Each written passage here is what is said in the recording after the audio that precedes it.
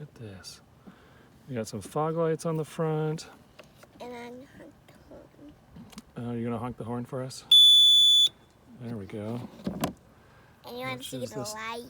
Piezoelectric thing right here. Yeah, go ahead, turn the lights on.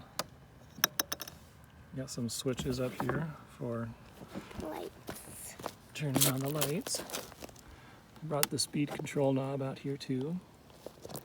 And then from MLToys, got a battery voltage meter. And there's the horn button.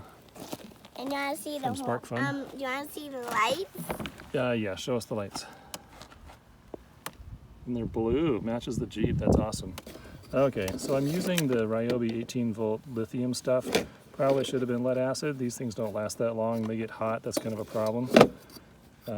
We have the motor speed controller here, although I would advise that if you want max speed, maybe don't use this because it seems to reduce the max speed.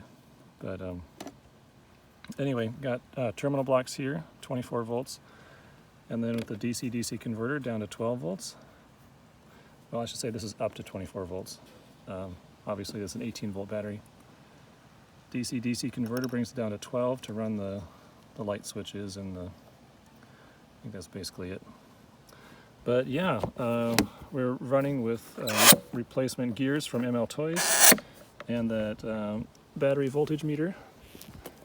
Also had an old child's bike that I cut up and retreaded, so got a little more traction there. Thank you.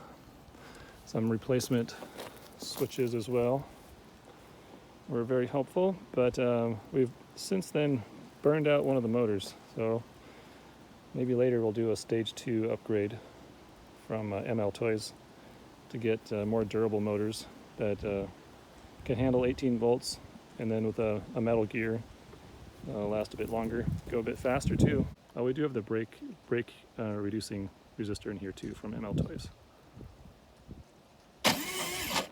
Uh-oh. Do we have 2 broken motors?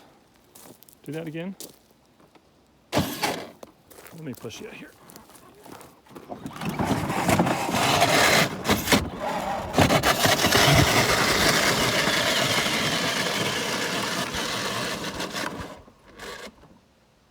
That doesn't sound so good. We need to get that fixed.